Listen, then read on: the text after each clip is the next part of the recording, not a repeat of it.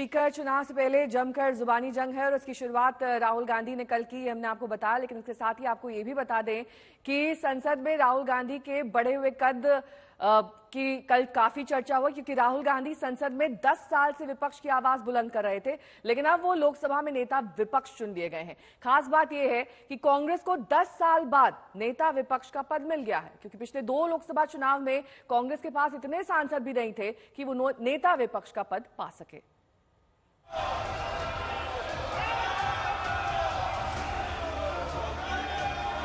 I, Rahul Gandhi, having been elected a member of the House of the People, do solemnly affirm.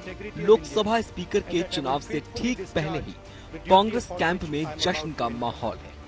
जय हिंद, जय संविधान। क्योंकि अब इस बात पर मोहर लग गई है कि राहुल गांधी ही लोकसभा में नेता विपक्ष होंगे। कांग्रेस ने प्रोटेम स्पीकर को बाकायदा चिट्ठी लिखकर आधिकारिक रूप से राहुल की नई भूमिका के बारे में बता दिया है। To the protem speaker Bhartahari Mahtab, informing the decision of appointment of Rahul Gandhi as the leader of opposition in the Lok Sabha. Other office bearers will be decided later. मंगलवार को कांग्रेस अध्यक्ष मल्लिकार्जुन खड़गे के घर अहम बैठक हुई, जिसके बाद राहुल के नेता विपक्ष बनने की खबर सामने आई। एक बड़ा बदलाव या ये कह लीजिए मील का पत्थर कांग्रेस के लिए भी है, क्योंकि अब ये लड़ाई जो हमने 2019 में देखी और 2024 में देखी, जहां पे राहुल गांधी प्राइम चैलेंजर थे नरेंद्र मोदी के, तो वो लड़ाई जो सड़क पर और रैलियों में लड़ी गई वो कहीं ना कहीं लोकसभा में थम जाती थी, क्योंकि पिछली बार ही कांग्रेस को एलओपी का पद ही नहीं मिला था, आंकड़े नहीं थे। इसके अलावा राज्यसभा में मल्लिकार्जुन खड़गे राज्यसभा के नेता विपक्ष थे। तो ऐसे में ये पहली बार होगा पिछले 10 साल में जब संसद में ये लड़ाई राहुल गांधी बनाम नरेंद्र मोदी नजर आएगी।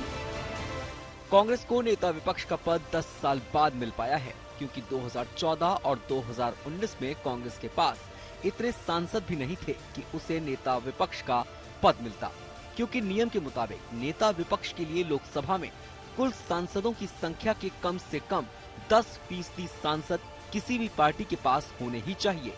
गनीमत रही कि इस बार 99 सांसद वाली कांग्रेस इस पैमाने पर फिट बैठी। बधाई हो, आखिर आपने हर कांग्रेस जन, हर लोकसभा के सदस्य की आवाज सुनी और नेता विरोधी दल पद स्वीकार किया। नेता विरोधी दल के रूप में अब आपको प्राथमिकता मिलेगी। आप जब चाहे नेता सदन की तरह सदन में मुद्दे उठा सकते हैं, आप बोल सकते हैं। जनता की आवाज को जो कुचलने की कोशिश सरकार करेगी, उस पर आप एक निर्भीक आवाज आपकी गूंजेगी। 18वीं लोकसभा में राहुल गांधी नेता विपक्ष के रूप में अपनी आवाज बुलंद करेंगे, लेकिन राहुल से पहले राजीव गांधी और सोनिया गांधी भी नेता विपक्ष बन चुके हैं। सोनिया गांधी साल 1999 से 2004 के बीच नेता विपक्ष रह चुकी हैं, वहीं राजीव गांधी साल 1989 से 1990 के बीच नेता विपक्ष रहे हैं। अब राहुल गांधी के नेता विपक्ष बनने के कुछ घंटे बाद ही लोकसभा स्पीकर का चुनाव होना है। देखना दिलचस्प रहेगा कि राहुल स्पीकर और डिप्टी स्पीकर के मुद्दे पर विपक्ष की आवाज को कितनी मजबूती से पीएम मोदी के सामने रखते हैं। मौसमी सिंह, दिल्ली, आज तक। और अब आपको समझा देते हैं कि लीडर ऑफ ऑपोजिशन यानी नेता विपक्ष बनने से राहुल गांधी के पास क्या क्या अधिकार आ जाएंगे। राहुल गांधी उस कमेटी का हिस्सा बन जाएंगे जो सीबीआई के डायरेक्टर, सेंट्रल विजिलेंस कमिश्नर, मुख्य सूचना आयुक्त, लोकपाल या लोकायुक्त, राष्ट्रीय मानव अधिकार आयोग के चेयरपर्सन और सदस्य और भारतीय निर्वाचन आयोग के मुख्य चुनाव आयुक्त और चुनाव आयुक्तों की नियुक्ति करती है।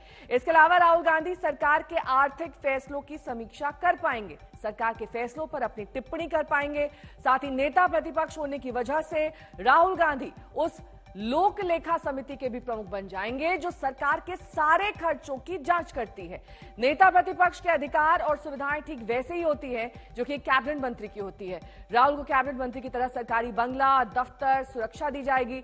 राहुल को हर महीने सैलरी और दूसरे भत्तों के एवज में 3,30,000 रुपए दिए जाएंगे। इसके साथ ही राहुल को मुफ्त हवाई यात्रा, रेल यात्रा, सरकारी गाड़ी और दूसरी कई अन्य सुविधाएं भी दी जाएंगी।